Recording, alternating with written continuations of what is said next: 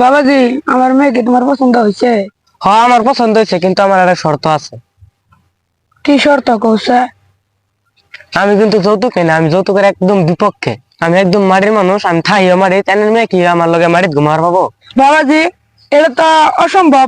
আমার মেয়ে তো মারে ঘুমাবো না, আমার একমাত্র মেয়ে, এটা তো অসম্ভব। তোমার একটা আমি গিফট হিসেবে খাট দিবো, ওই খাটের মধ্যে আমার মেয়ের নিয়ে থাকো। গিফট হিসেবে দেবেন তো? আমি কিন্তু আমার যৌতুক নেব না, আমি যৌতুকের বিপক্ষে। আর অসুবিধা হইলো, আমি মেয়ের জন্ম বিয়ে করবো, নিয়ে তো যার বাজার টাজার ঘুরবা যা লাগে। আমার কিন্তু আবার গাড়ি ছাড়ি নাই, আমার একটা ঠেলা, ওই ঠেলা দিয়ে যাই। এনানের মেয়ে যাবার পায় না, নাই ঠেলা দিয়ে।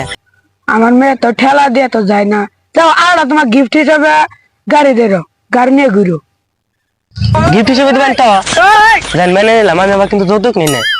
আর একটা কথা, গাড়িটা যদি দেবেন, আমার তো গাড়ি থোয়ার ঘর নাই। তোমাকে একটা গিফট হিসেবে বাড়িও দেরো, তাও তুমি আমার মেয়ের নিয়ে সুখে শান্তিতে বসবাস করো। আচ্ছা আঙ্কেল, আনের মেয়ে কি আর আগে ঘর পাবো? আঙ্গুলা কিন্তু লেটিং সেটিং নাই। সুখ মানে হলো